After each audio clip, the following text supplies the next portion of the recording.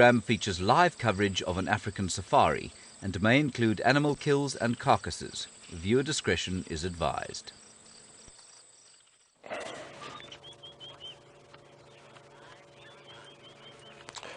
Look at the ominous sky that we have around us at the moment.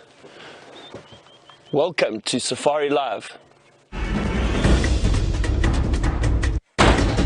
Ready.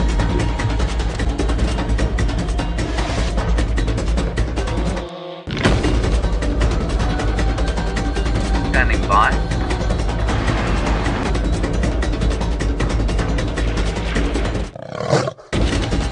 5, 4, 3, 2, 1. You are live, you are live. Good morning, everybody, and welcome to Safari Live. My name is Byron, and this morning on camera with me I've got VM. Morning, VM. Well, as you saw, we've got a very ominous sky around us at the moment. There's been thunder, lightning, so it's just myself out at the moment. Taylor is setting up the tent back at camp, just in case it starts raining. If it looks like it's going to clear, then she'll come out and join us in the bush. We haven't been able to find anything just yet. We've just got going. Because of the weather, we're a little bit hesitant this morning, so we're going to see what we can find. So what we're going to do is start driving. We had a very exciting sighting yesterday with some lions that killed a buffalo, so we're going to head into that area and maybe we get some feeding activity and see what's gone on there during the evening. Don't forget, we are live. You are on safari with us in the Greater Sabi or Greater Kruger National Park. Oh dear. There we go. A different vehicle for me this morning. I think VM knows it a little bit better than what I do. And as I was saying, we are situated in the Djuma Game Reserve in the Sabi Sands, which is part of the Greater Kruger National Park, right up in the northeastern part of South Africa. And as we said earlier, you are live, you're on live safari with us. What we see is what you see back home. Don't forget to send us your questions via Twitter, either on #SafariLive or email us at questions@WildEarthTV, and we will gladly answer your questions and get some of your comments.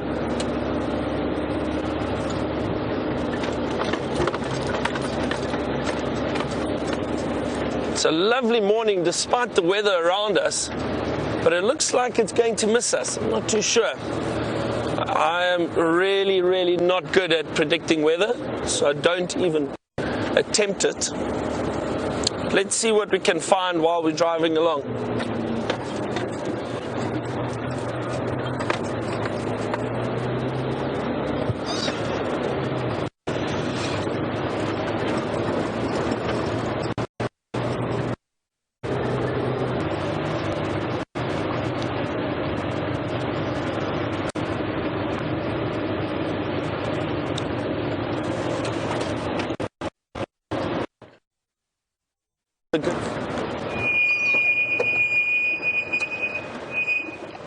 Brakes a little squeaky. There we go. All bunched quite closely. A few males. Looks like a bachelor herd. Yeah, a little bachelor herd. Often the male Impala tend to stay together, and when the rutting starts, then they will try and fight each other for dominance and territory, and then hopefully find a small herd of females that they're able to mate with. Occasionally you will get males and females together. There is actually a female in the background. You can just see her walking over there. But usually through most parts of the year you get the males in small bachelor herds and the females with all the youngsters together, and then there might be one or two dominant males around that herd. So this morning we are going to be driving around towards Buffelshoek Dam. There was a lot of lion activity there yesterday, and the lions did kill a buffalo, another buffalo.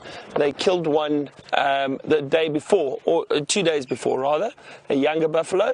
So they really seem to be doing well at the moment, hunting buffalo. Again, there hasn't been a lot of food around, so some of these animals are struggling a bit with the drought. But this rain, it's building, things are happening, the bush is starting to turn green, so hopefully there's going to be a lot more food around and available for these animals, and they'll start to becoming healthier and getting into better condition. But at the moment, I think it's quite easy for the lions to be hunting this buffalo. The buffalo are moving towards the water a lot because they need all the water. There's not a lot of food around, so they're not as strong and healthy as they usually would be. So it's a bit easier for them to hunt. But so that's our plan for this morning. And as I'm saying that, I can see some lightning behind us, but it does look quite far, so I think we're okay. You never know what we're away. Perhaps a leopard walking the road, some elephant. I would love to find a leopard this morning, a nice big male leopard, that would be great.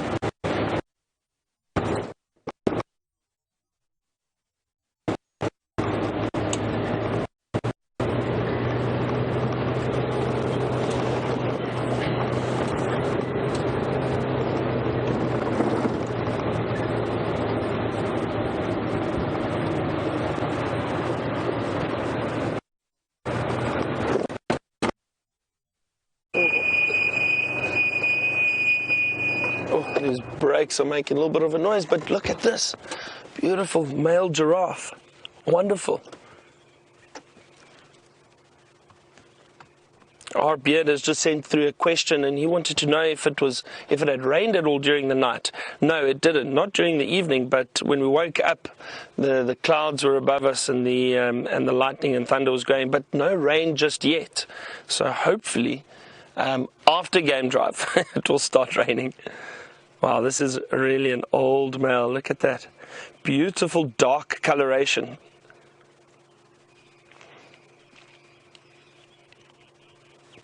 And actually a few theories as why these male giraffe are so dark, or certain giraffe are darker than others.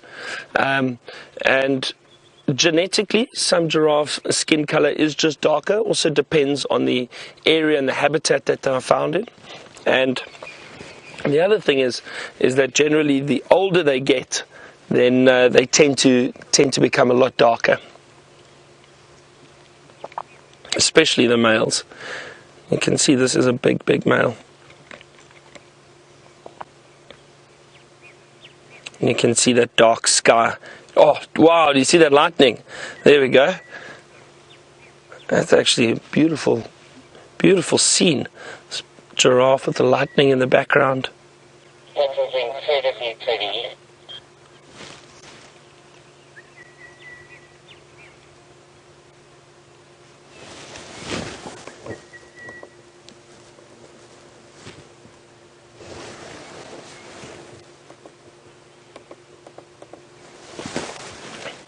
I always find it fascinating how these giraffe are able to feed on these thorn trees or these acacia trees.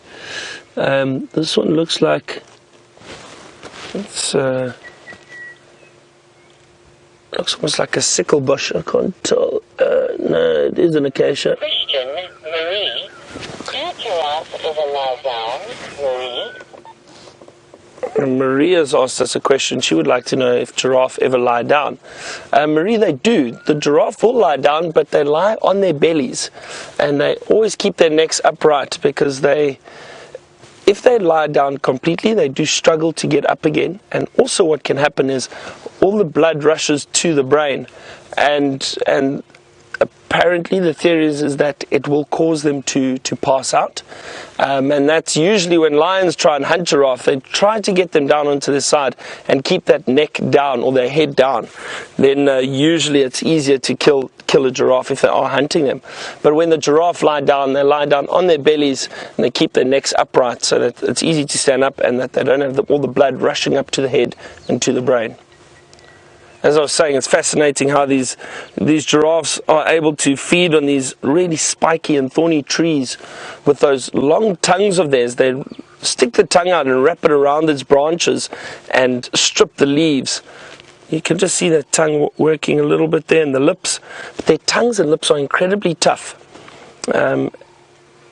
And they're almost immune to these thorns. It really is incredible.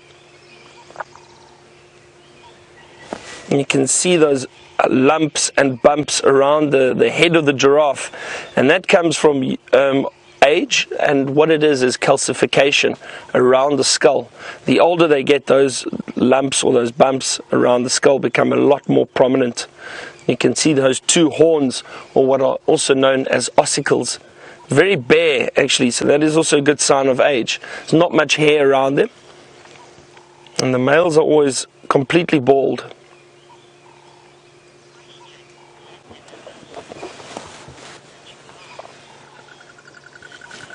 So Melinda has just asked, what are those horns or those ossicles used for?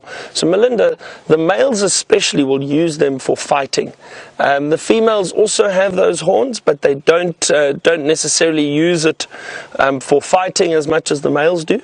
The males will use it predominantly for when they have territorial disputes and trying to fight for dominance. What they do is they swing their necks around. They'll often stand facing opposite directions, right next to each other, and they swing their neck around and they hit the other male with those horns or with that head, and they can cause some serious damage. And the winner will then be able to mate with the females in the area, and he will drive off the loser, and he will have to move into a different territory. Oh, fascinating animals.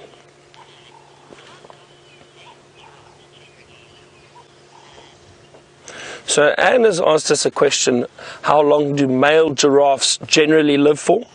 And it's always difficult to tell an exact or to have an exact idea of how long these animals live for. With giraffe, though, generally it's up to the age of about 20 to 22 years. So I would say that, but again, it all depends on predators in the area. Do the giraffe get injured? So there are a lot of factors that need to be taken into account when gauging the age of these animals, or how long they live for. But on average, it's about 20 to 22 years.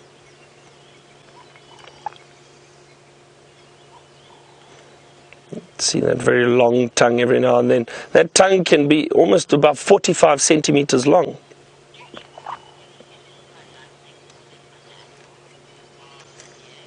So our beard has asked us a question about the lightning around, and if giraffe ever get hit by lightning, and do they get hit by lightning more than other animals? So our beard, that is a good question, and I have heard of giraffe being struck by lightning in areas in other parts of South Africa where the giraffe are a little bit more exposed. Around here there are a lot of big trees, and I haven't heard of giraffe being struck by lightning in and around this part of Kruger that we are in, or this part of South Africa, but up on the Highveld, so the area not far from Johannesburg, or up on the escarpment where we are, where the altitude is a lot higher and it is a little bit more open. The giraffe are a little bit more exposed in certain game reserves around there, and I have heard of them being struck by lightning around there. So it can happen, and because they are so tall, they will definitely get hit before any other animals. Let us continue. Lovely to see that giraffe has just moved off. Let's see if we get a little bit of a sunrise.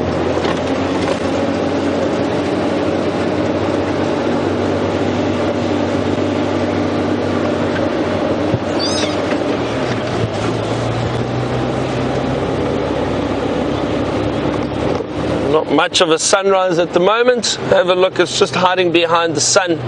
Behind the clouds. Very cloudy this morning. I think as it starts to warm up later, the sun usually burns off a lot of this cloud cover, so it may clear up. Oh, there's a little kudu just ran past quickly, just into the thicket. Some impala around.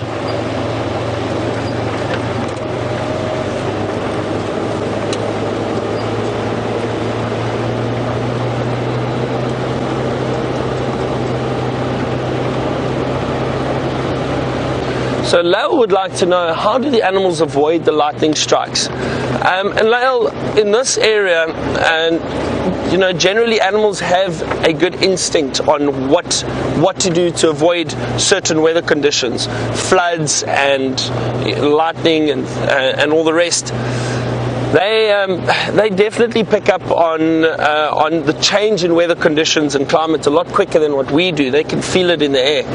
I think what a lot of the animals do is they just go and look for shelter. They'll move down into drainage lines, lower lying areas, so they're out of the way. There's some buffalo dung on the road there. And they'll move out of the way or look for shelter so they're not exposed to the elements. So something like lightning, if they move down, lower down, or around some big trees, then they'll usually be safe and they'll avoid any potential danger.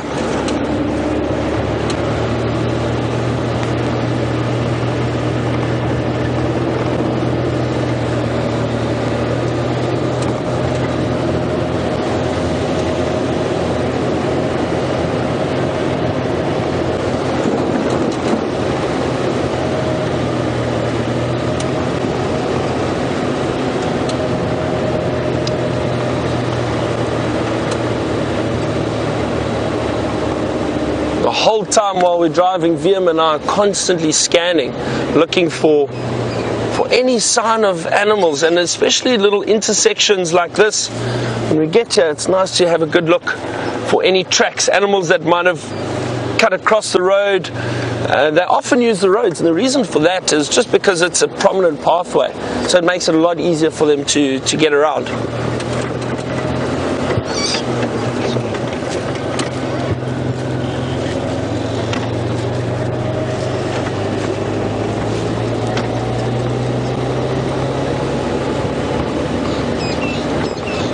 Can really see that dark sky is still looming behind us, but it does look like it's moved off a little bit further north.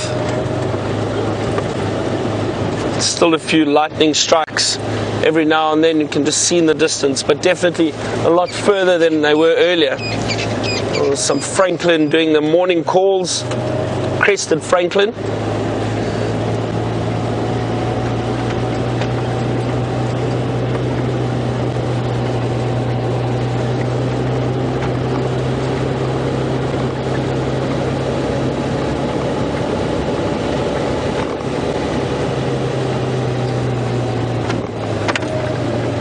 Speaking about the crested francolin, there's a lot of bird names changed. Many years ago, quite a few bird names have changed, and some of the francolins have become spurfowl. So it's actually the crested spurfowl, if I'm not mistaken. It did change its name, but I prefer francolin still, and there are still some francolins where the names are being used, so it's a bit tricky, and a lot of people that have been to the bush in the past will know those little ground birds as francolin. We'll try to find some for you so that we can have a look at them. Beautiful little ground birds, very fast. They run around along the ground, foraging for food, little seeds and that they'll feed on.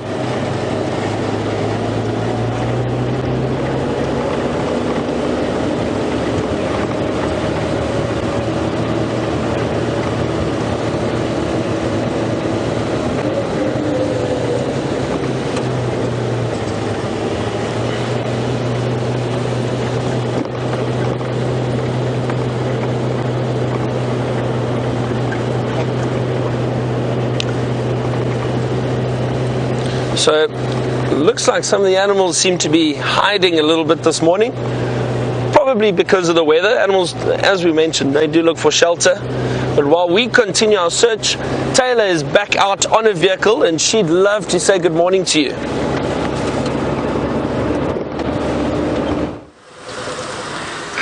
Good morning and welcome. It has been an interesting start to the day today. A little bit of panic with all the thunder and lightning that's booming about, but it seems as though it was just a threat. Now, my name is Taylor, and on camera this morning with me I've got David. There's David, and I am very excited to be back out in the vehicle, and I am in Rusty today, who I haven't driven for ages, so it's good to be back in you too, Rusty. Now, wasn't it amazing how yesterday afternoon we were so lucky to just catch the last glimpse as those Nkuhumas were about to start tucking into that buffalo, and I know that Byron is on his way there, and I can't wait to hear how much of that carcass they've eaten. But what we're going to do this morning is we're going to look for a spotted cat.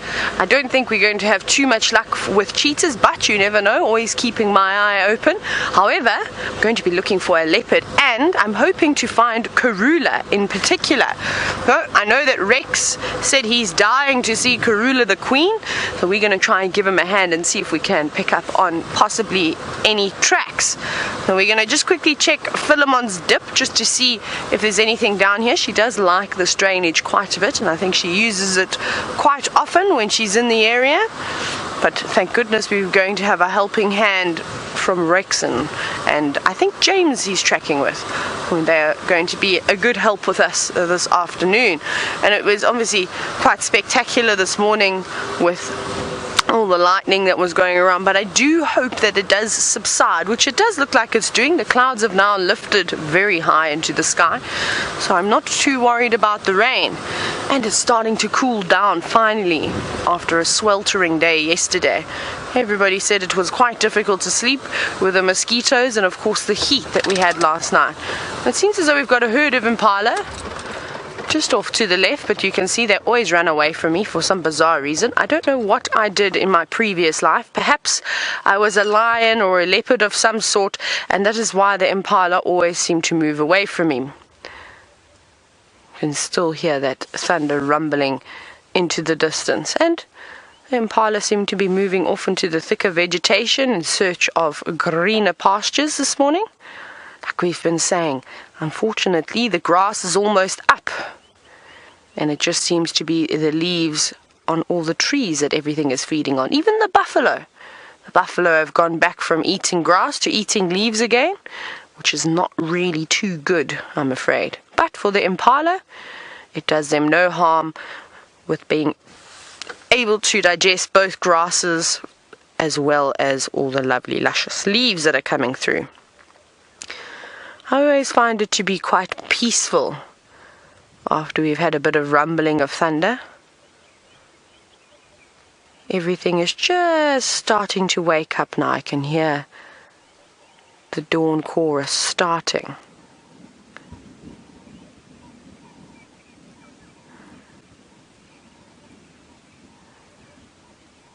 And of course the beautiful rumbling of the thunder in the distance. Now, I just hope that the rain holds off for the next 3 hours, and well, when the drive is finished, then the heavens can open and it can pour with rain. We'll be very, very happy with that, but of course it has to stop at 3:30. It's not allowed to continue past 3 o'clock actually, it needs to stop. But you can see it's lightening up, a bit of light coming through. But it's looking a bit miserable behind us. My goodness, you'll die if you see the change. Look at it coming in from just behind us. Look at the color change here. From the beautiful light blue skies, you can see that is obviously where the weather's coming in from. It's coming from the west. But for now, I think we are safe. But let's carry on. Let's see if we can pick up on the queen.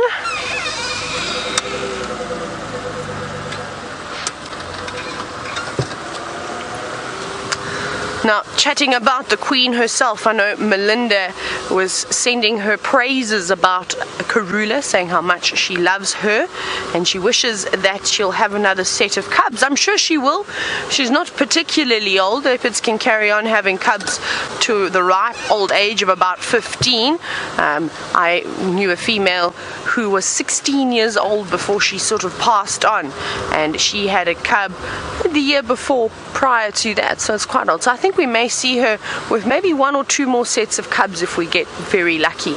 She's an older girl, or I should say she's a mature lady with lots of experience. Now, we're going to carry on with our drive and see if we can't pick up on anything. And I believe that Byron has found a rather large bovid for you.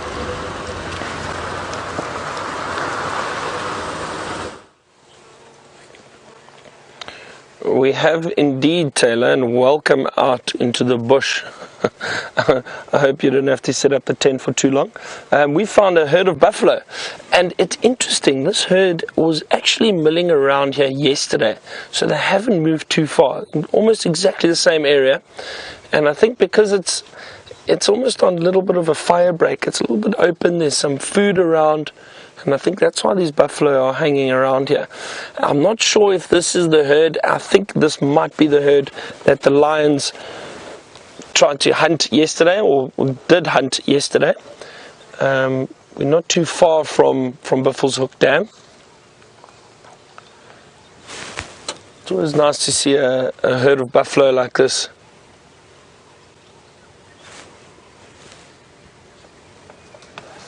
Just moving through. Yesterday, I mean, I'm not exactly sure the number of these buffalo, but there were a lot of them. There were probably close to 200, I think, spread out over the whole area. So there were a lot of buffalo. Morning, everybody. Good morning. So there was a lot of activity, a lot of buffalo around, and that's what I said. One of the reasons why I think the lions have been so successful is there are a lot of buffalo around at the moment, and especially herds like this, there's some younger buffalo, some weaker buffalo, so it makes it a bit easier for them to select one that they.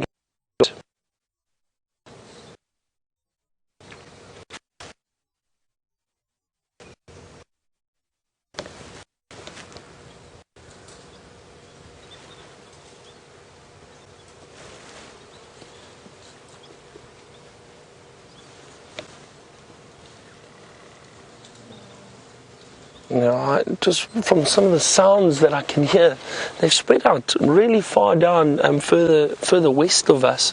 So this herd is I mean, driving through it yesterday, we were with them for a while, and then you left us, and we carried on driving. The buffalo was spread out for almost 1 kilometer. So there were a lot of buffalo dotted around this area. Always nice to see these large animals.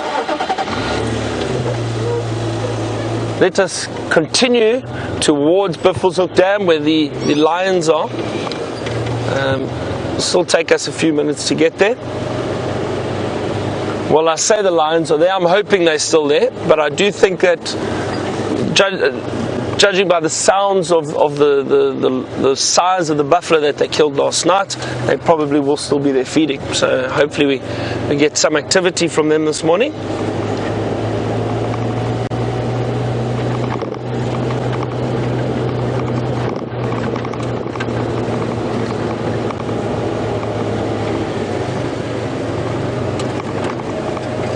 See the whole way around here, all these buffalo dotted about.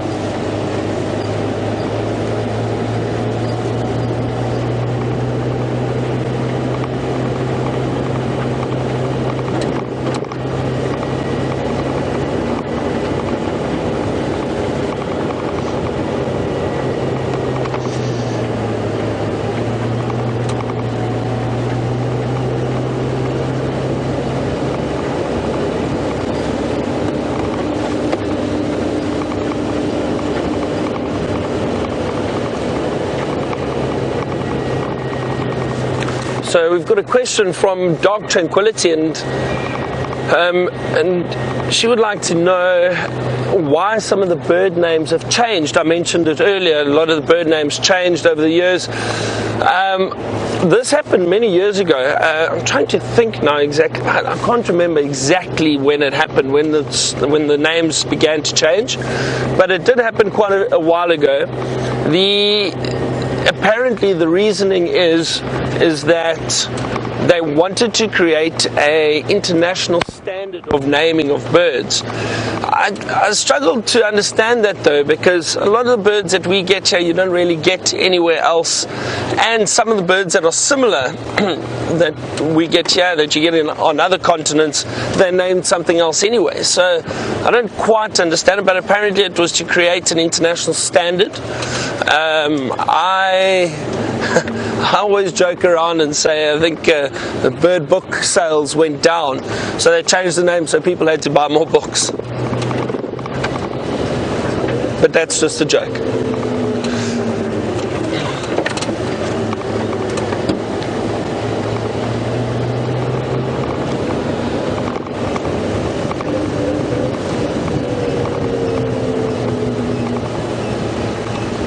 Lucy has asked us if we can try and find some cuckoos today, and Lucy would like to add them to a list. Lucy, I'll do my best, and I've been hearing a lot of cuckoos at the moment, so a lot of them have returned. You know, some of them are migrants, most of them are migrants, so they come back for the summer, and I've heard quite a few of them already.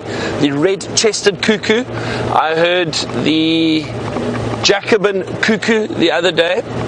I've also heard Klaas's cuckoo and the Diedrich cuckoo. Those are just 4 that I've heard in the last day. So they're definitely around, we just need to find them. The cuckoos are quite elusive birds, they're not always easy to find.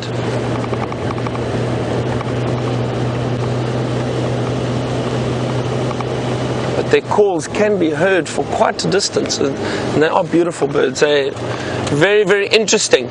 They are also known as brood parasites, and I find this fascinating. So what the brood parasites do is these cuckoos go and lay their eggs in another bird's nest. What happens then is the other bird, for example, a starling. So certain cuckoos lay their eggs in starling nests, and the starlings then incubate those eggs and raise those chicks. The cuckoo adults have got nothing to do with raising the chicks, which is fascinating. Even though the birds look different, because those eggs were in the nest, the birds will still look after and raise those chicks until they're eventually old enough to leave the nest, and then they move on again. What I also find fascinating is that those young chicks, when they reach adulthood, they know to migrate, even though they've had no interaction with the adults at all. They know when it's winter time, time to migrate north, which is very interesting.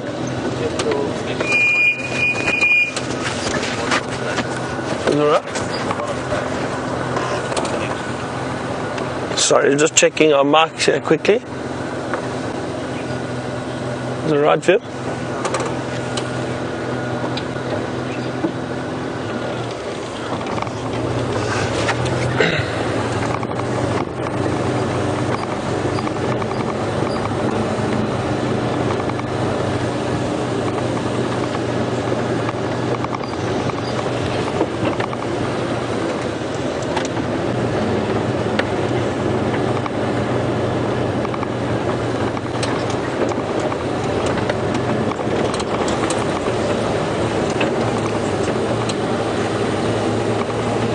Not far from Buffelshoek Dam now, so keeping our eyes peeled for lions. They've moved around a little bit, but the kill was a little bit further north from the dam, so we're going to approach that area slowly.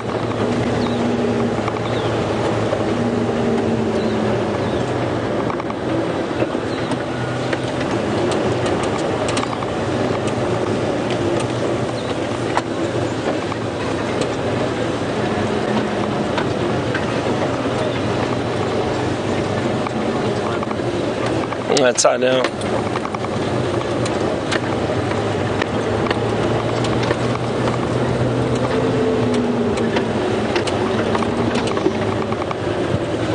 We'll go around this way and then back there.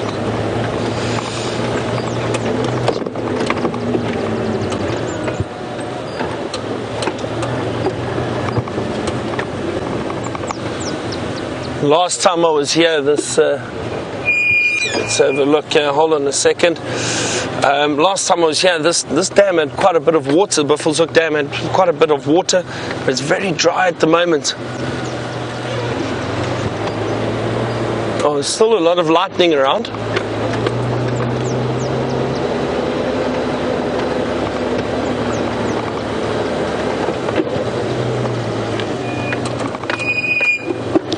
Oh, these brakes are making a bit of a noise this morning.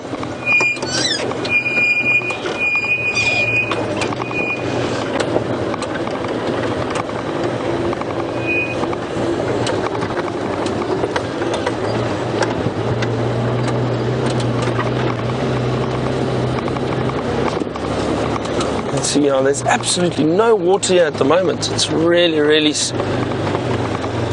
quite devastating to see.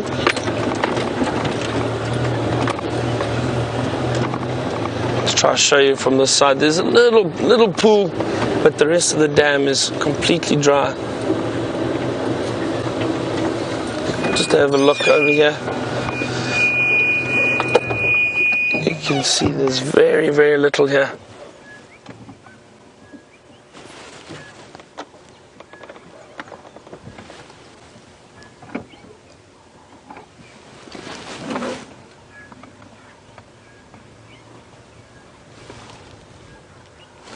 Heard something. Hang on a second, let's just have a look here. Heard what sounded like a little growl. Oh, there's a lion. Oh, there we go. There's a lion straight ahead. Oh, it looks like one of the males.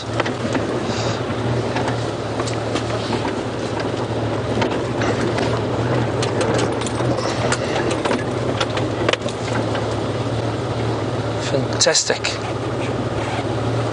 Okay, now I just want to see how they're spread out, where these lions are exactly. Just don't want to get too close to this male and disturb him. So I'm going to try to squeeze through this little gap here quickly. Or we could just sit here. I see the rest of the pride up ahead a little bit, but let's just going to try. Yeah, there they are. Oh, and the cubs are there. The cubs are there. Fantastic. Let's move a little bit closer. Oh, this is fantastic. Oh, you can see they've definitely fed on a lot. This male's still got a lot of blood in his mane. If you look off to the left here, I'm going to continue moving around, just see if we can get a view of the rest of the pride. Try to position us so we can see they all seem to be lying out there in the open.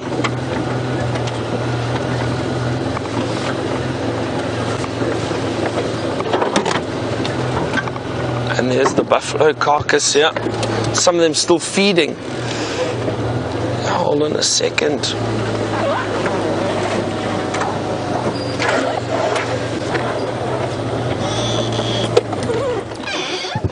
Oh, wow, look at this. Oh, and all the little cubs are here. That is incredible. This is so exciting. This is the first time I've seen these cubs.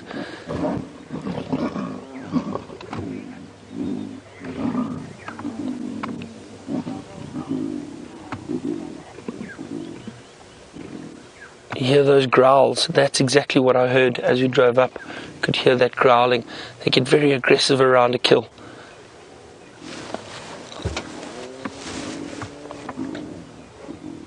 Might be some interaction with this male and female. Let's see.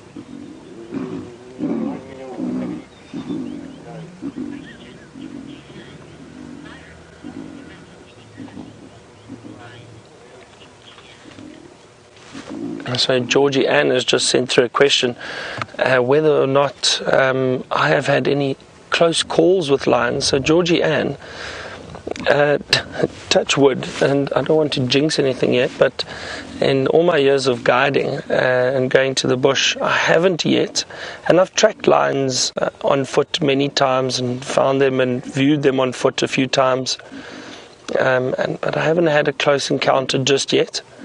Also, I think you always just need to be very careful, very aware, understand their behavior, and not try to get too close and not disturb them. Then generally the animals don't mind you. Oh, do you see that? See how that female reacted to that male? He is definitely interested in that other female.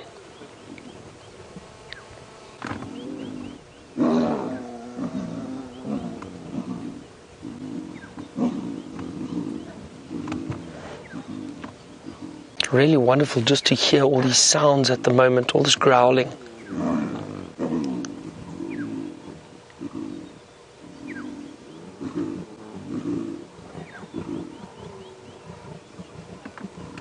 Wow, look at that.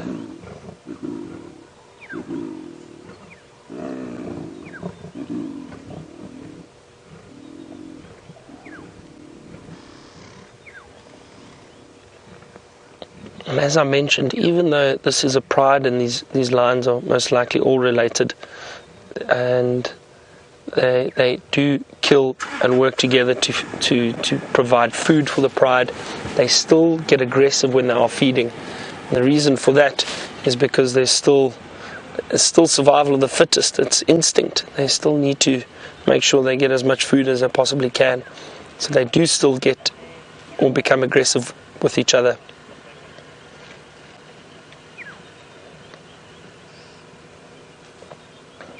This is a large pride, and I know most of our viewers all know this Nkuhuma pride, and it's wonderful to see them all together, but it's incredible to see how quickly they can devour a buffalo. There's very little left of that carcass from the looks of it from this angle.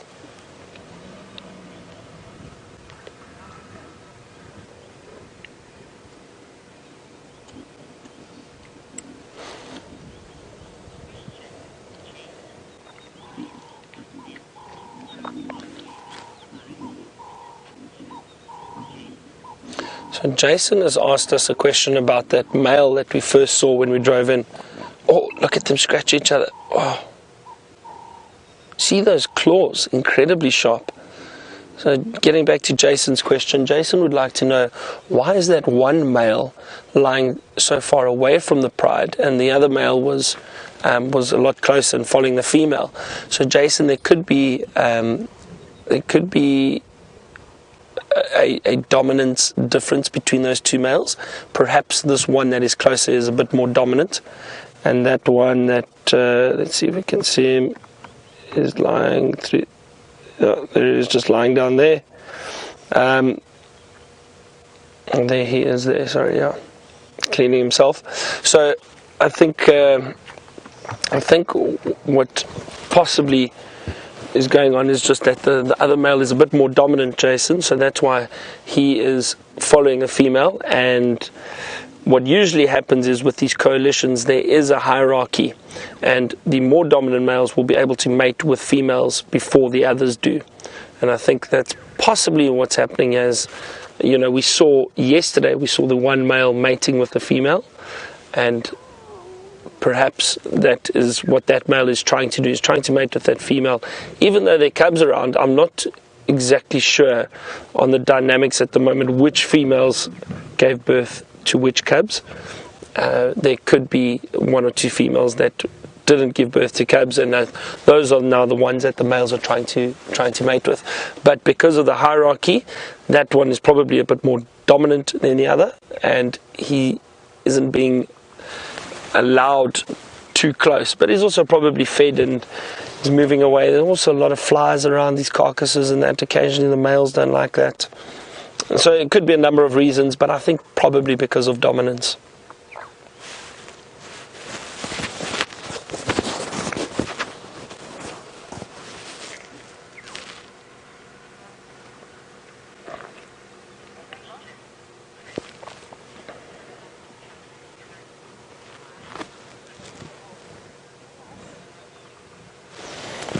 Chris has asked a question about how many cubs are with the Pride at the moment. Chris, I'm going to have to have a good look quickly. I'll just get my binoculars out and have a scan around.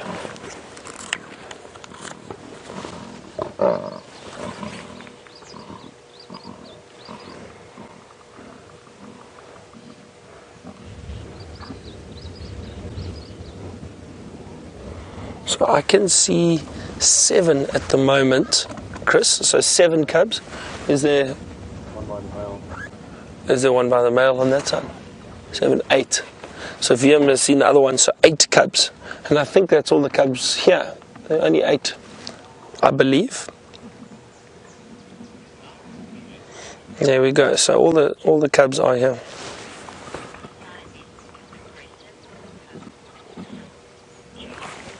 So Judy Lord has asked, would some of the lionesses or one of the lionesses become aggressive with the cubs at a kill?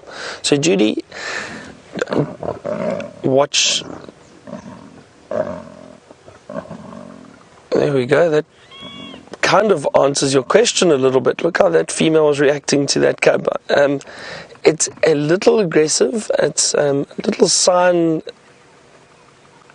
She wants to show that that she's obviously feeding and she doesn't want the cub getting in her way. But it doesn't happen often that the lionesses actually hit or hurt the cubs. I've seen males do it, and males can get very aggressive around a kill. So females are always very nervous when they have big dominant males around and there are cubs, because the males, often they forget their own strength, and if they swat or swipe a cub, they can easily kill it. So with males, they've got to be very careful. The females generally will show signs of aggression, but they don't necessarily hurt the cubs, from what I've seen in the past. But you never know. I mean, again, I always say that the bush is very interesting. You can read as many books as you like, and oh, there's another little snap.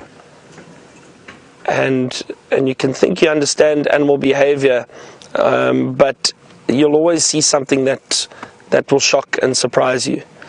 There's no rules out here.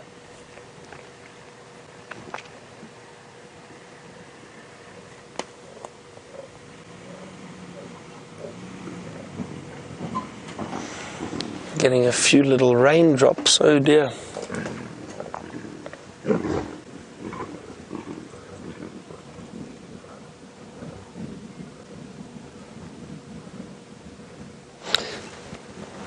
This is really an incredible scene. These lions feeding, the thunder and lightning in the distance. There's a lot going on here. But while these cats are on the ground, Taylor's got a cat in the tree apparently.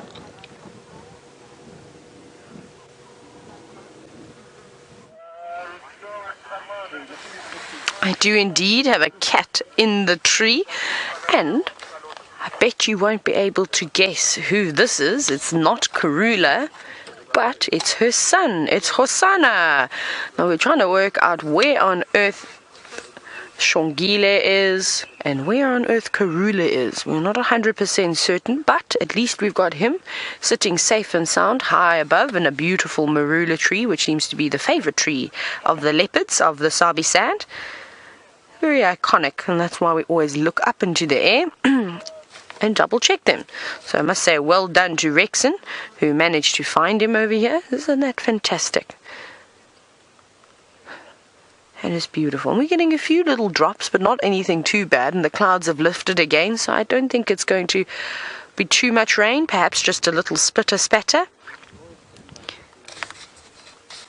He seems to be enjoying himself, having a lovely morning snooze.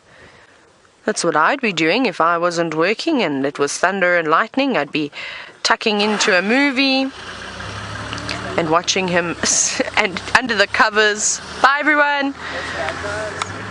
Underneath those covers with perhaps a big bowl of popcorn and maybe a cup of hot chocolate to go with it on this morning. Though it's not chilly, like I said.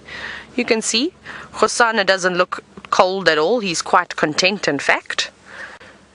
Just enjoying life, dangling his head down. Now he's sitting at a bit of an angle, which is quite funny, so I'm sure all the blood is probably rushing to his head. And I always wonder if the cats or any of the animals, obviously besides the giraffe, because we know that they have a mechanism to prevent getting head rushes, but I wonder if they get the same type of head rush as we as humans do. As I don't think I'd be able to sit in that position for a very long. But we'll sit here for a little bit and hopefully, Karula's going to come around. Now, I got very excited when Rexon called in the sighting that Hosana was up in the tree, quite close to Philemon's cut line, because there was a dead buffalo. I think Jamie found the dead buffalo a few days ago. And I thought, oh my goodness, that perhaps that the rest of the family was scavenging on this buffalo, but I went and had a very quick look, and it has been eaten right down to its skeleton. The vultures were obviously there yesterday, and I think the hyenas perhaps cleaned up the last little bits of it. But then maybe that's why they were around, is perhaps they have been feeding on that carcass all this time. But he's lovely, very happy. There's lots and lots of people coming in and out of the sighting. We'll just make sure we do give him a little bit of space. I know he's about 8 months old now, so I'm not too worried about him. He seems very content with us. He doesn't seem bothered at all. But if he was on the ground, we would have to give him quite a bit of space, because he is still quite young, and of course he doesn't have a mom to keep him company. Always a little bit edge on the side of caution when it comes to the youngsters, when mom's not around to protect them. But it's good to see that he's feeling a little bit more comfortable in the trees. The last time I watched him, he wasn't as agile. He was up the tree with it, and I think it was a bushbuck carcass, and he was jumping around, almost falling off a few times. And he's growing. Every day he's getting bigger and bigger. Before we know it, he'll be bigger than his mother.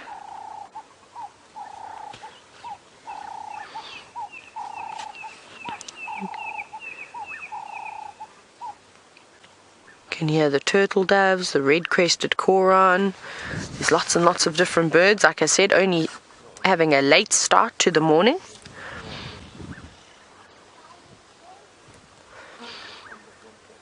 I reckon he's just going to rest here until either his sister gets back or his mother gets back, wherever they may be, and just enjoy the morning up upon a tree.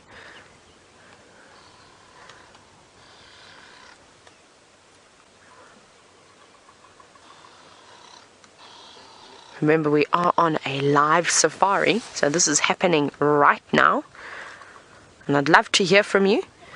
You can either hashtag Safari Live and ask any questions on Twitter, or you can send us an email, questions@WildEarthTV, and I'd absolutely love to hear from you. He's actually quite high up this tree. He must be a good 8 meters or so above the ground. He's in a very good big marula tree. And they do, like I said, they make the best trees with their horizontal branches. And a bit of shelter with those new leaves coming through, which will, I'm sure, keep the rain off of him.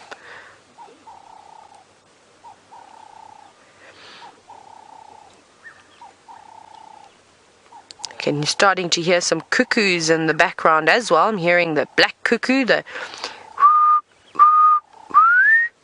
in the distance, in the very far distance, and I know there were a few of you that were wanting to see some cuckoos this morning, so I'll definitely be keeping my eyes open for some of those.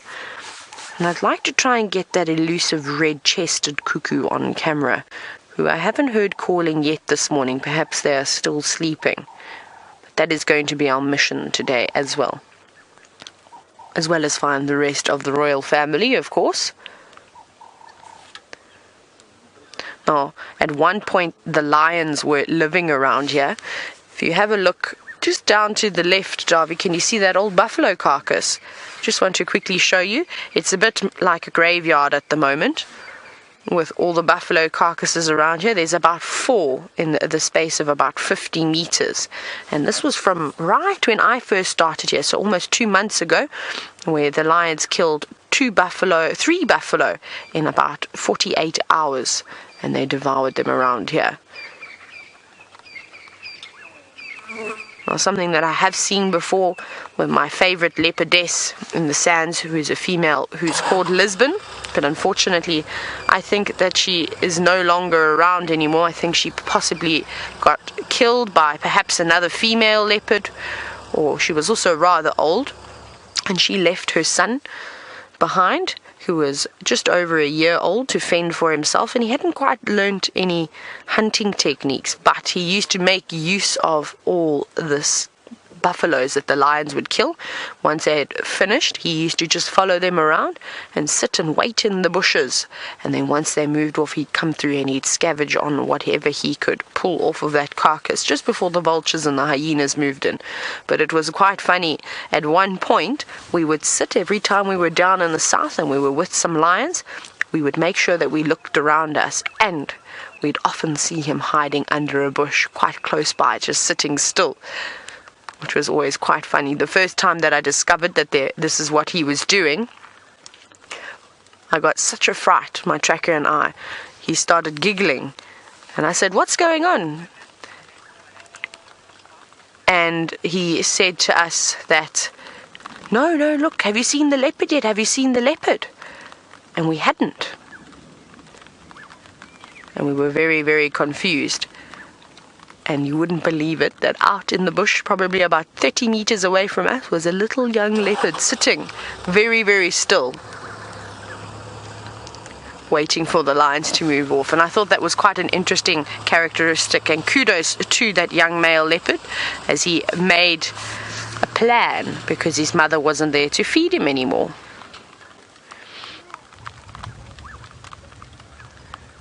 Well, that thunder's starting to brew again in the distance, and we're getting a little bit of rain. I think we're going to have to put rain covers on shortly.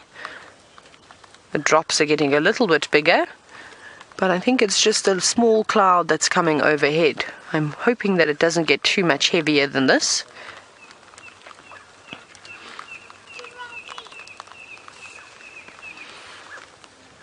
Oh my goodness, we've even got a giraffe coming straight down the road towards us. This is going to be exciting. Hopefully this male giraffe, it's a bit far away. I don't know if we'll be able to see it, hey Darby? Oh, maybe. There we go. Bit of an obscured view, but you can see a male giraffe coming down the road. And I must say thank you to the little girl in the other vehicle who brought it to my attention that there was a giraffe coming down the road. So thank you to that. It helps when you don't have eyes at the back of your head and you are sitting in a sighting with lots of other people. They seem to be around. Let's have a look. He's starting to groom himself now. Oh no, he was. Of course, as he said that he just did one lick.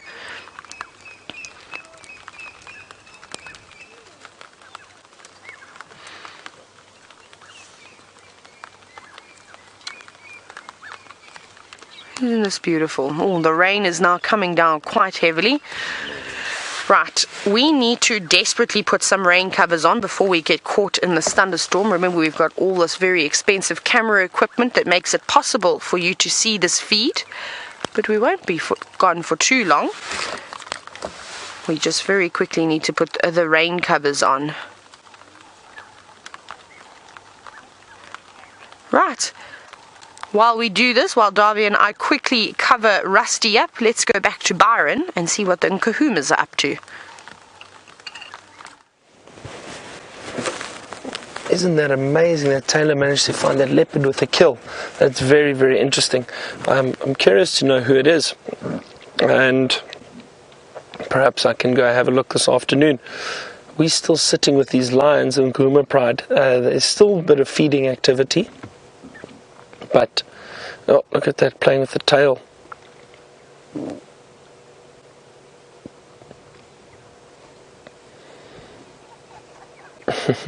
These cubs are very cute at this age. They're very inquisitive and very playful. It's wonderful to watch them. The weather is changing again. I know Taylor's had to try and put on her rain covers. Myself and Viam are contemplating whether we should duck and dive the storm. Hopefully it continues. It looks like it's moving east, and hopefully it just misses us.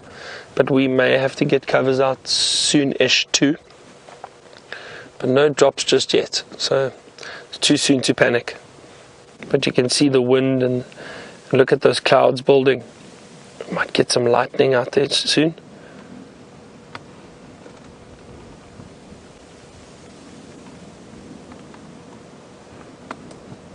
As I was saying just before we crossed over to Taylor, what an incredible scene this, just with these big clouds in the background, the lightning, the vultures in the trees around here, and the lions feeding on a kill. It's a perfect setting. It really is a perfect setting.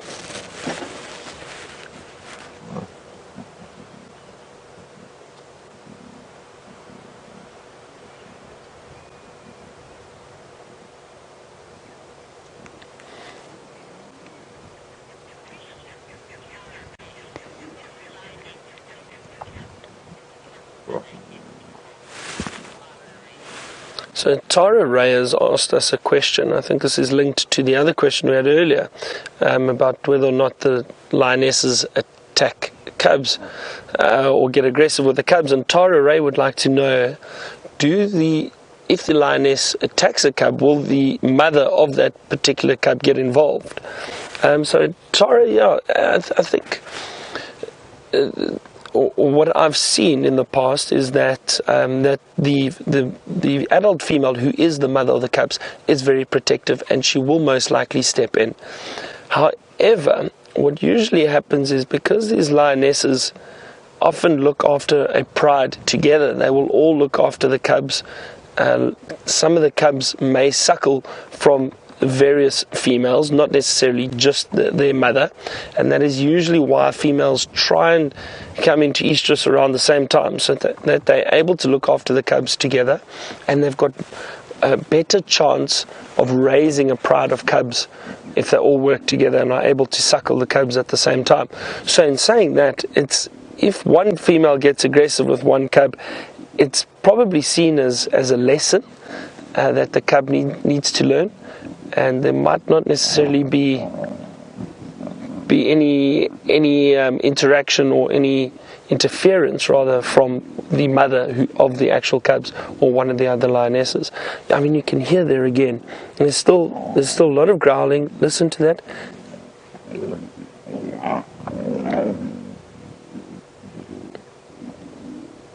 Hear that, and some of those growls are the cubs, the deeper growls, obviously the females, but the cubs make an incredible sound from an early age.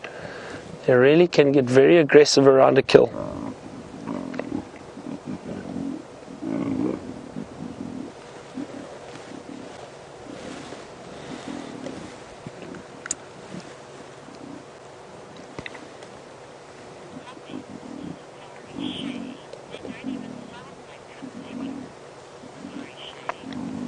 Safari Shay has just commented and said they don't even sound like cubs anymore. Yeah, exactly.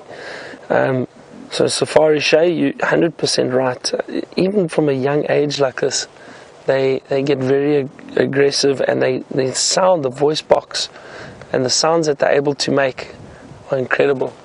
We are starting to get a few more drops here, and this is starting to worry me a little bit. I think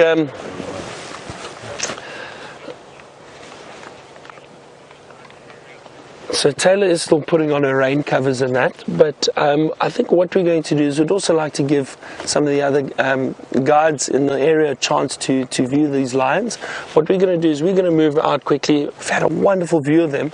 We're going to head south and probably try to avoid some of this rain. So let's see if we can move out quickly, but what a wonderful sight. Probably going to pass that one male again on our way out.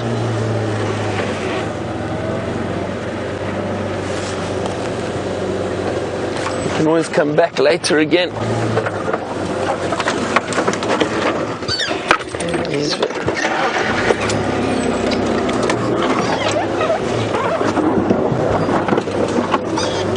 dear.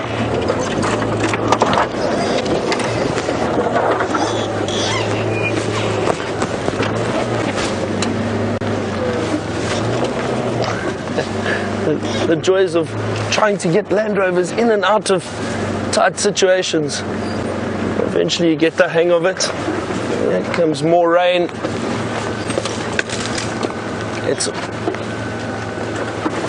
all happening now.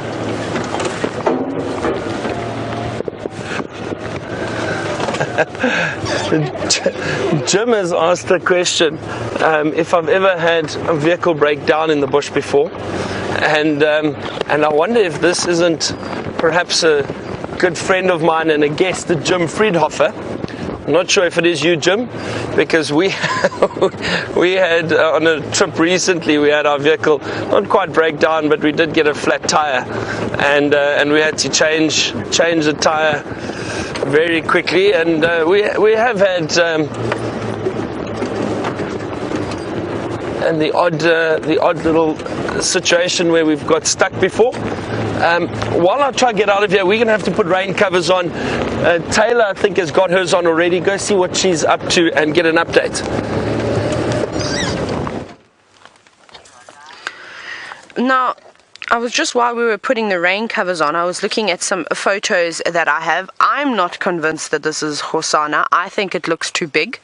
I'm obviously going on the word of other guides who have been seeing these leopards, but I had the doubt in my mind from the beginning that this is slightly too large for an 8-month-old leopard, as quick as that Hosana grows. Now, if you look on his back, can you see he's got a bit of a cut just where his tail joins?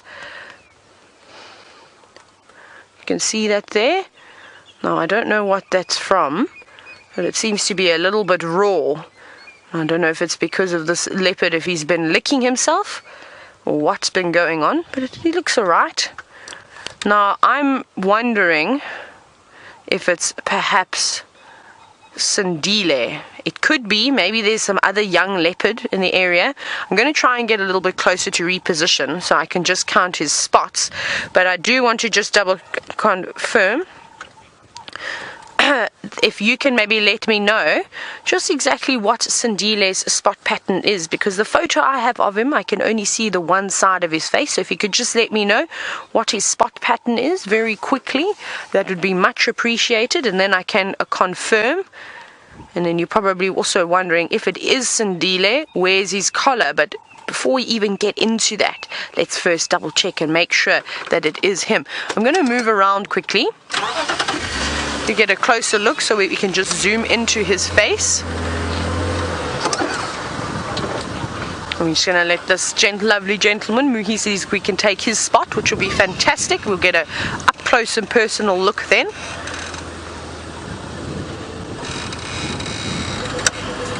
Right.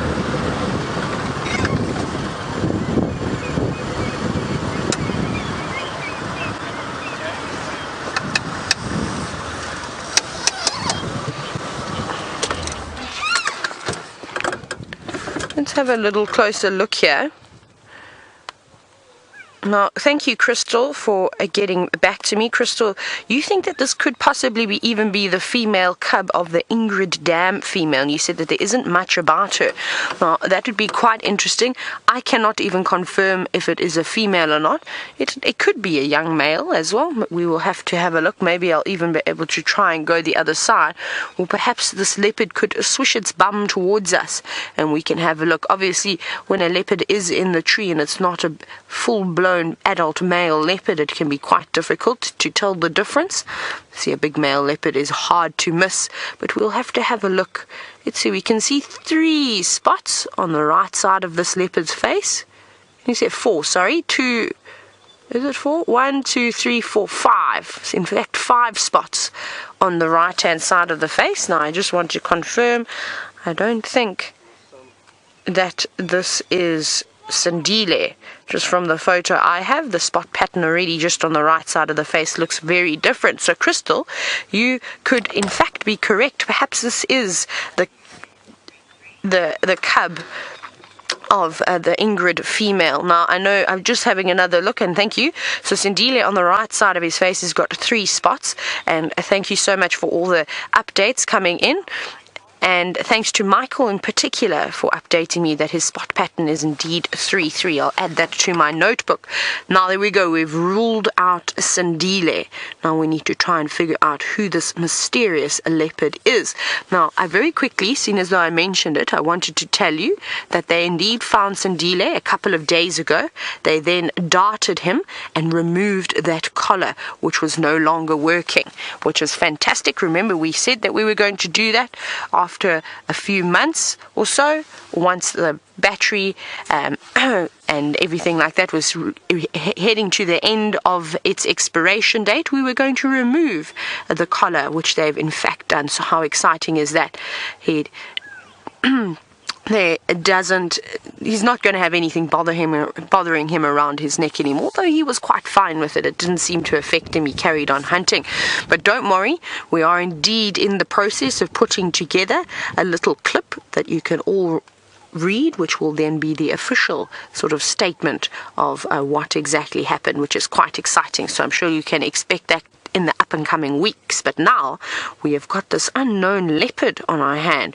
Now I'd love for you, perhaps you've got better access to the internet than I do, and I have to say thank goodness for things like Facebook, where all the leopards have got these Facebook pages. Like we know that the most famous are the animals. We need to try and find out who this is, and I'm sure you can help me. Now, like I said, on the right hand side of this leopard's face there are 5 spots, which is, I don't think, always too common. We don't normally see too many spots on the side of a leopard's face. Normally it's 3 or 4 or 2, sometimes even just 1. So this would be quite nice. And of course this leopard has got the big scar, big wound on the back of its rump, just where its tail joins. So that's another key identifying feature over there. You can see that. Very uncertain as to what's happened. I can't see if it's an actual cut or perhaps if it was a skin condition of some sort, and which sometimes happens where they will lick their wounds raw almost. But we'll have to see. We'll hang around for a little bit and see if anything else happens with this leopard. But fantastic though, another new one to add to the book, which I'm going to do right now. I'm going to add to my pages of leopards, of this new, perhaps this new leopard. And Crystal, I have a question for you, if you're still watching, about the Ingrid female. Perhaps you could assist me. Where does she come from? What areas does she normally traverse? And of course, how old, if it is the daughter of the Ingrid female, how old would she be? That would give me a little bit of a better idea. Now, from what I'm seeing, I don't think that this leopard is probably almost quite 2 years old just yet. Maybe somewhere around there. I'm just having a look for my leopard page. There's my leopard page. And we have to add this leopard in. Who on earth are we? But I can hear another vehicle coming. Perhaps it'll be one of the guides, another guide from somewhere else, and perhaps they'll be able to help us identify it. This is where we need to rely on each other, and that's why it's so important to have good working relationships with all the different people around here, is that they can indeed give you a helping hand. And I do apologize, it is going to take me some time to get to know all the different leopards in this area. There are so many of them, and you never know when you're going to see somebody new, like what we've just found over here. You can see the other vehicles as it comes rumbling in. It's caught this leopard's attention.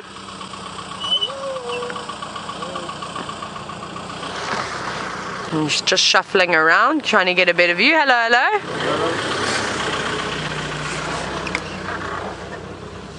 I wish we could just get to see the other side of this leopard's face so we can confirm how many spots are on the left-hand side.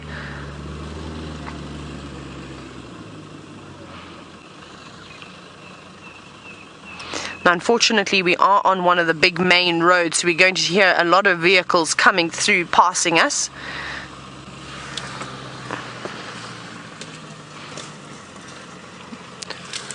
You can see this leopard's just watching everybody that's coming in, making sure they don't do anything they're not supposed to. But for now, seems okay. Seems to be a little bit on the relaxed side.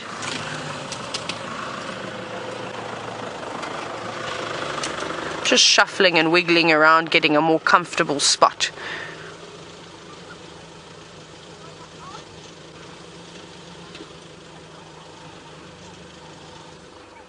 And I really do appreciate all the help that all of you back at home have been giving me over the past 2 months. So thank you so much for that and being so patient with me.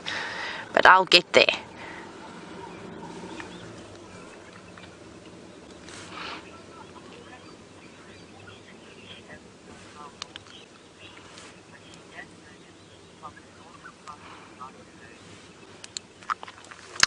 Thank you again, Crystal. You really helped me a lot this morning. So I was asking a little bit earlier about the Ingrid female, who we suspect this could be the daughter of, even if it is even a female. We're unsure of that just yet. And Crystal says that the Ingrid female came from and sort of traverses in the northern sections of Londolozi. So it's quite possible that the daughter could have been pushed up this far.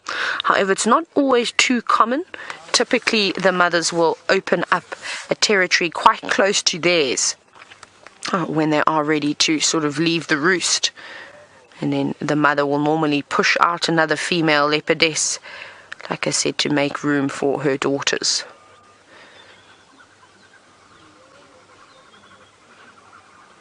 But having a big morning snooze. And this weather is so bizarre. We had all those clouds come over, the thunder pick up again, the lightning, the wind, the rain. And now it has got warm again and everything is starting to clear up once again. But while we try and figure out who on earth this leopard is, let's go back to Byron, who has finally popped his rain covers on.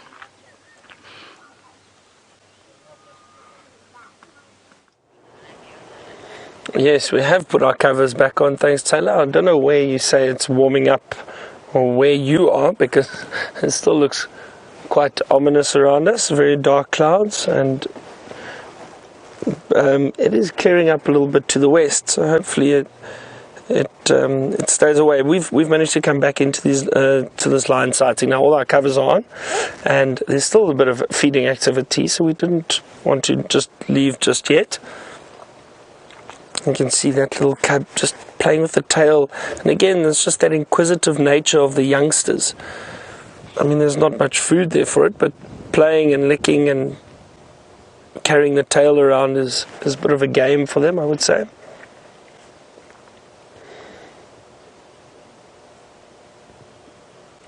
You can see that definition in those lionesses' shoulders while they're feeding. Incredible how muscular they are.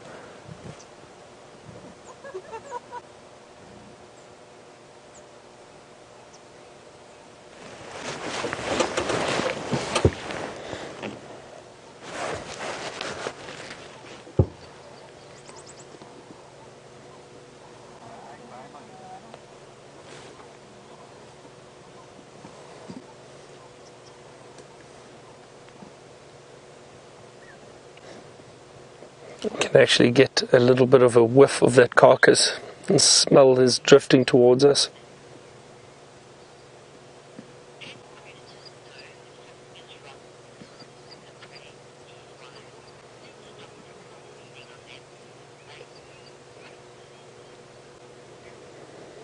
So I just got a question from and I hope I'm saying this correctly, are you Kristen? And she would like to know or do these predators know if the animals have diseases, the ones that they are hunting or killing, and if that puts them off feeding on them? And not necessarily. And one of the diseases that the animals carry around here, and especially the buffalo, is a bovine TB, so bovine tuberculosis. And a lot of the buffalo in this area do have it, but the lions still feed on them. Occasionally it can affect the lions, but not to the extent that it causes death. You might find when they get older, you do pick up signs that they are sick and they have contracted it. But for the most part, they will still feed on the meat. So I don't think they necessarily pick up on the fact that the animals have got diseases, and they will still feed on it. You know, at the end of the day, for a lot of these animals, because they're so opportunistic, food is food. They can't pass it by, they can't leave it.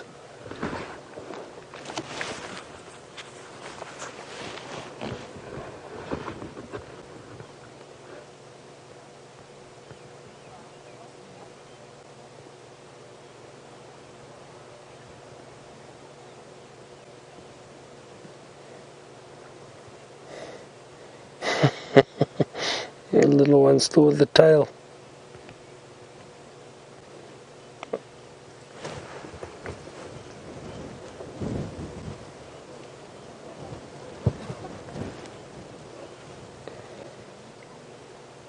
And I know sometimes it's not always easy to watch animals feeding on another animal, but again, this is nature, and you know, we are here to observe and to appreciate these animals and their behavior, and to see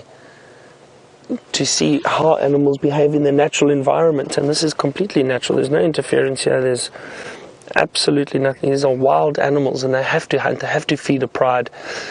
And the other thing is, we need to remember, occasionally the buffaloes get one back, and I've seen buffaloes attack lions a number of times, where the herd moves together to chase off lion if the lions are hunting them, and occasionally buffalo do kill lions too. So there's always a balance in nature, and we need to remember that.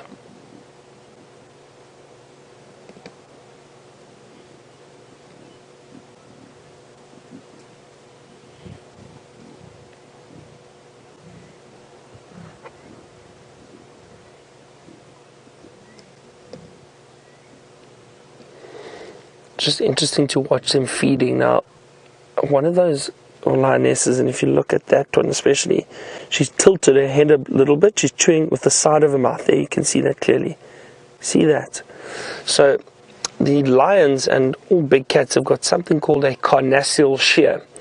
So the teeth at the back of the mouth, and the molars and the premolars, actually end in a sharpened edge, and they overlap slightly. And that acts as a scissor motion, and you can imagine all the jaw muscles right at the back of the mouth. It then makes it easier for them to chew, tear, and feed on the meat with the side of the mouth, with those teeth at the back where all the power is. And they can really cut through the meat. They'll use their front teeth. You can see that lioness at the back. She's doing it at the moment. She's using her front teeth to get into some hard to reach places and maybe tear the carcass open a little bit better. Those are the sharper teeth that she'll use for that. But then when she is actually feeding and chewing, she'll probably use that carnassial shear, or those teeth at the back of the mouth. Very interesting to see them actually feeding like this. See, that lioness is after something specific there.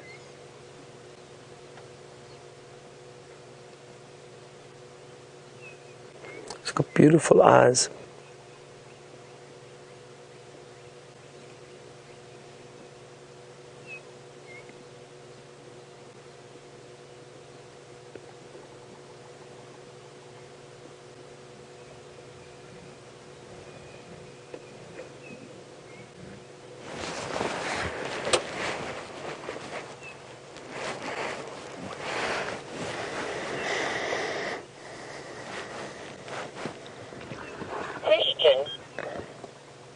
A large kill, but then again, there are 8 cubs.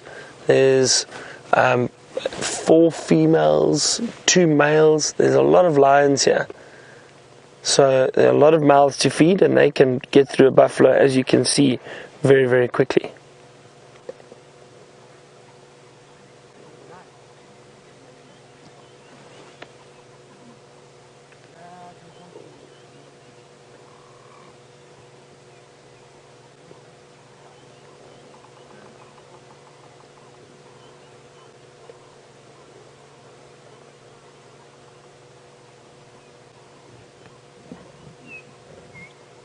Asked a question about these little cubs, and if they chew on the bones or the horns when they are teething as young cubs. And they most certainly do. I think to sharpen the teeth a little bit, and when those teeth are coming through, they'll find. Oh, look at that! That little cub has its claws stuck in the mouth. Ooh, Wow, did you see that? But notice how the female didn't actually swipe back and hurt the cub. Very interesting. So what I think, yeah, the cubs will definitely chew on, and I've seen them chewing on pieces of wood and sticks when they are younger, and I think that's probably part of their teething process, you know, when those little sharp teeth are coming through, and definitely on the bones, and as we saw that other little cub feeding on the tail. So yeah, definitely.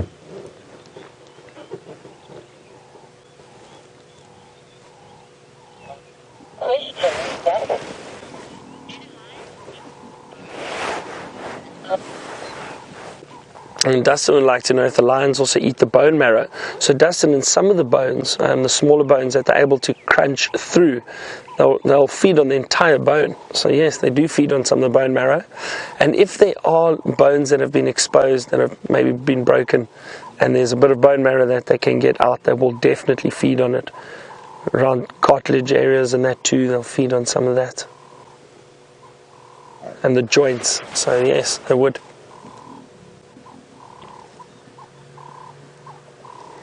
Looks like our weather's passed, which is great. It's definitely moved off. The sky is starting to clear up a little bit, but there's a wonderful smell in the air. This beautiful rain smell of the rain hitting the earth, and it's known as, it's an interesting word, known as petrichor. And petrichor is it's the smell that you get after the rain. When the rain hits dry sand, you get that wonderful smell, that aroma in the air of water on the earth. And we can smell that at the moment. And you can see there's clear sky.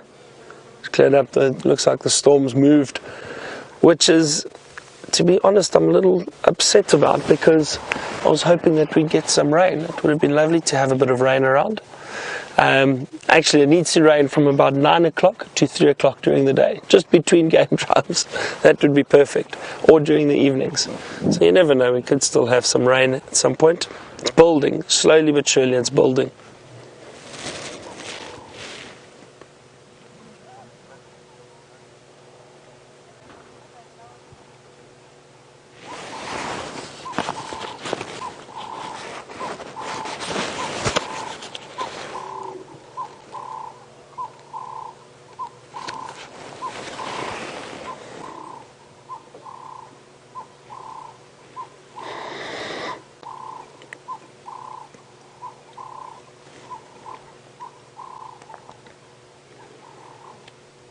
You know, in sightings like this too, it's often just really wonderful just to be able to watch and observe these animals, the different interaction. The cubs are doing something different. There's some lions feeding. There's a lioness scratching herself. There's one moving off. There we go. She's just moving around. The males have moved off a little bit. The one is still lying further back. When you're up, you can ring the prayer.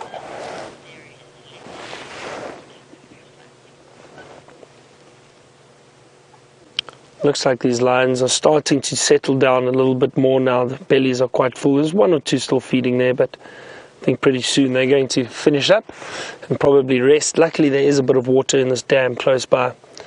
I think what we are going to do is we're going to leave these lions now and see what else we can find this morning. And while we do that, and while we move out of the sighting, why don't you get an update from Taylor and the mysterious leopard she's got in the tree?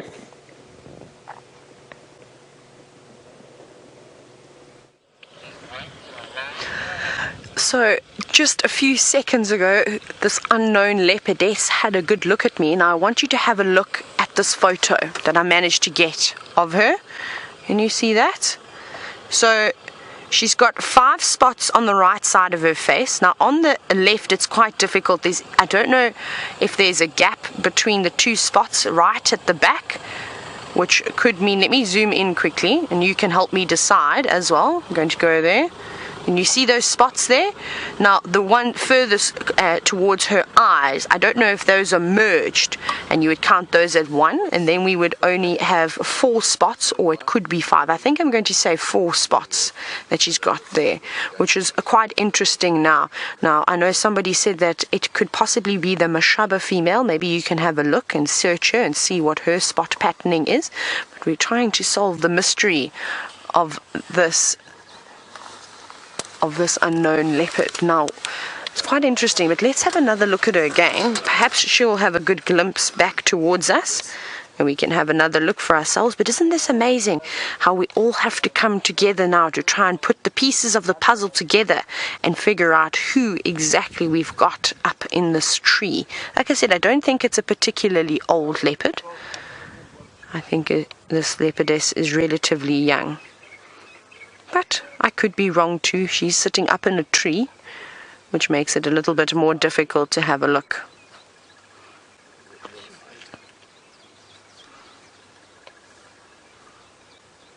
You can see the wind has picked up now. Those marula leaves are blowing quite drastically in the distance.